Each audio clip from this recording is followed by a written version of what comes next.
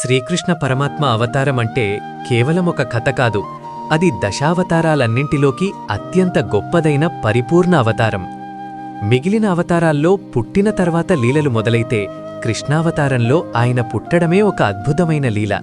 ఇది లోకోద్ధరణ కోసం పరమాత్మ తనంత తానుగా స్వీకరించిన రూపం. కటిక చీకటి కారాగారంలో శంఖచక్ర గదాపద్మములతో చతుర్భుజుడై సాక్షాత్తు శ్రీమన్నారాయణుడే ఆవిర్భవించాడు. ఆ నీలమేఘ శరీరపు కాంతి చీకటిని చీల్చి ప్రకాశించింది. వసుదేవుడు కృష్ణుణ్ణి తలమీద పెట్టుకుని వెళ్తుంటే ఉప్పొంగుతున్న యమునా నది సముద్రంలా దారిచ్చింది.